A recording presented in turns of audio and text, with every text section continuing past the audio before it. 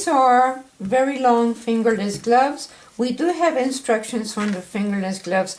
This has 50 stitches, but it doesn't have to be. So you know that you can make it as long as you want it. This is going to be a long one, but you can do whatever you wish. So what happens is that I want to have a cuff or an edge, and you can put it as low as you want it.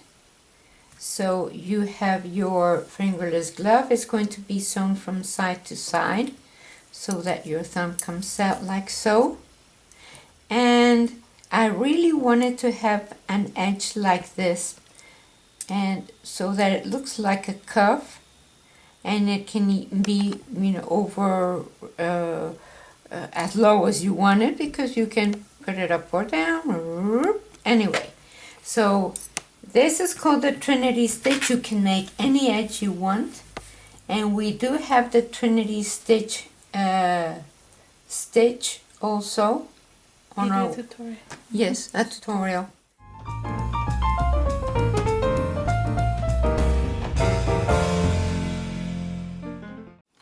So I have my first stitch that goes there. So I pick up one, and then two, and on the knot right there I pick up three. And now I skip one, that one, and I go into the next knot, pick up one, two, and three. Of course, if you want it frillier, if you want it bigger, you need to pick up on all of them. So I skip one and I go one, two, and three. And skip one there and pick up on the knot, one, two, three. And remember that for the Trinity stitch it has to be a multiple of 4 plus 2, so beware of the stitches that you pick up here. It's better to have more than less, but then it depends on what stitch you want to make. It does have to have a multiple of so plus so. So be aware of the stitch that you want to make and the way you pick up at the edge here. So I'm picking up 3 and then skip 1, 3 and skip 1, 3 and skip 1, 3 and skip 1, and that's the way you pick up your stitches.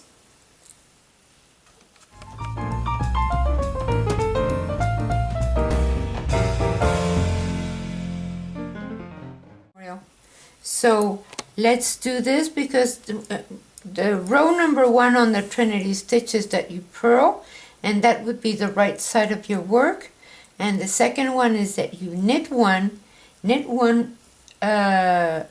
purl, knit, and the next one, and then you purl 3 together. So here we're going to do that just to show you how it's done, so you don't have to. I already purled on the other side. No, this is the purl side. So yeah, this is the right side there. So I purl the whole way. And this is a very nice idea, because you can really put beautiful stuff on gloves. You can make a flower, you can put it like there, and it's really nice, because you can make a very simple knit fingerless glove and have a nice edge or finish on the other side and fold it. So I don't recommend that you do anything on the side of your hand, because you don't want bulky stuff there. You need to hold on to things, so that's the reason. But on the other side you can do whatever you wish. So this is a purl row, and this stitch is a multiple of 4 plus 2. So that means 4, 8, 12 plus 2 stitches. So now we finish our purl side, and on the other side you are going to knit 1, and in this case I have 3 that I knit purl knit on the last time, so I go there and I purl the 3 together. And please look it up on the internet because it's there. And then the next one I knit, purl, and knit into the same one, and then I purl all 3 together,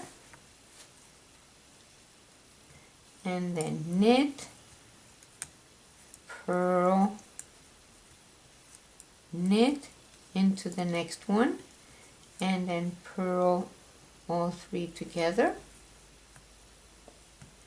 and then knit, purl, knit, and then purl all 3 together. Oh, I need to redo that. Okay, and now knit, purl, knit.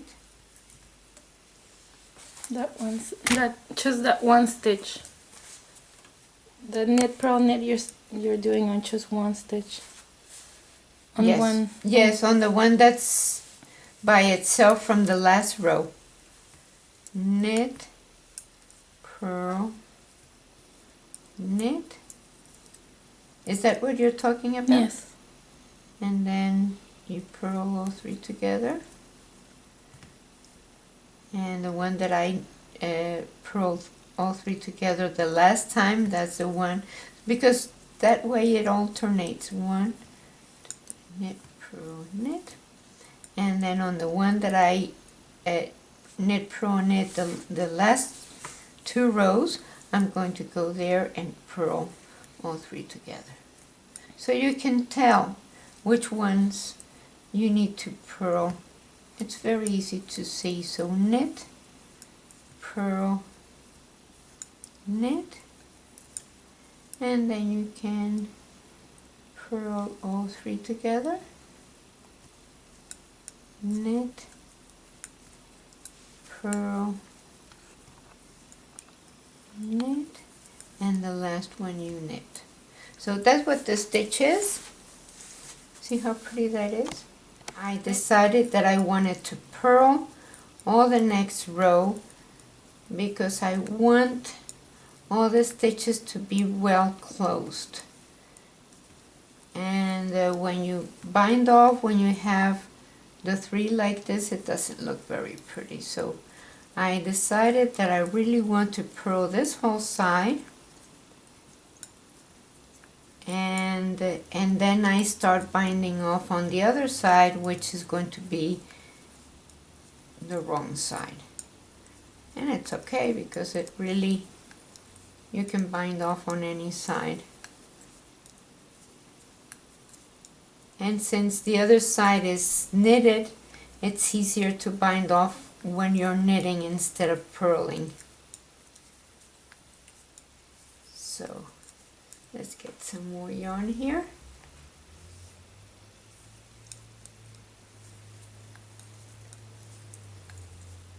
But this is really fun. You can do a lot of stuff with fingerless gloves. And then of course you can put it in the collar of a sweater. You can do many things. So try making edges and cuffs. They really make a difference on any sweater. So I bind off on this side, which is the wrong side. And while I bind off, I really want to tell you how making edges on anything at the bottom of your sweater.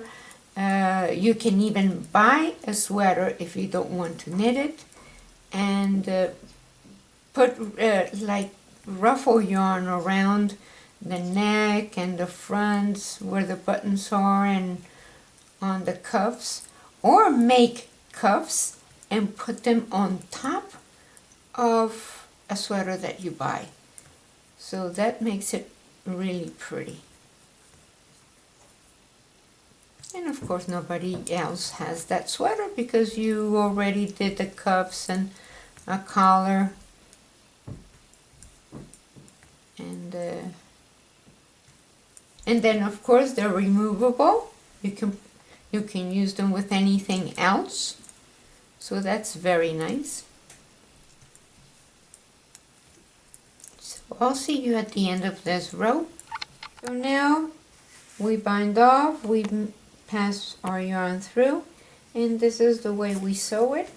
So we go from this edge to the other one and find the first one, my first knot right there, and we go into that little, so you can fabricate a new stitch there. So you go there and back, and you go from one knot to the other, and you do sew it on the right side so you see what it looks like. So we are going from there to the first knot, and then from the first knot, and we do have a tutorial on how to sew your things, so please look it up. And so we go from this knot to the next. Can you see it okay?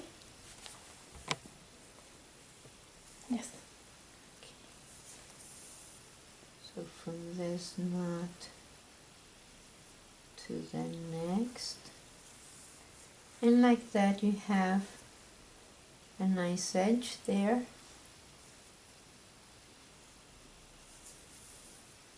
And for example, if you have a glove in which you only have 35 or 40 stitches and you're making a cuff that goes over, maybe, you know, if your glove comes from here to here and it folds over, then you want to change the side of your sewing because this is going to go over your glove. And so I'll show you exactly what I'm talking about.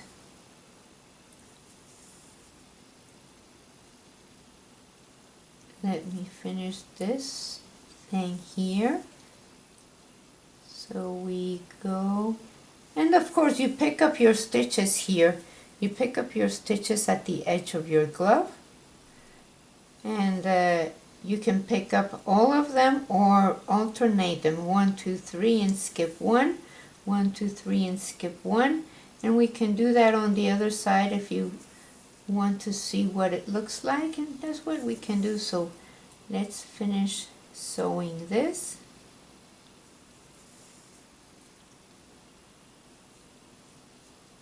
And now I'm where I picked up my stitches. So that is where I picked up my stitches, and I go there. That's where I picked up my stitches. You can see the yarn there.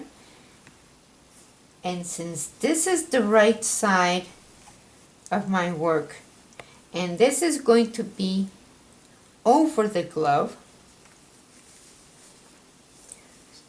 so this is the right side of my glove right there, because this is going to be folded over. So that's why I want to change the side of where I am sewing, because this is folded over like that. Therefore, since I was sewing on the right side of the cuff, I need to turn and start sewing on the other side, because this is the side that is going to be the right side of my glove once I have it on.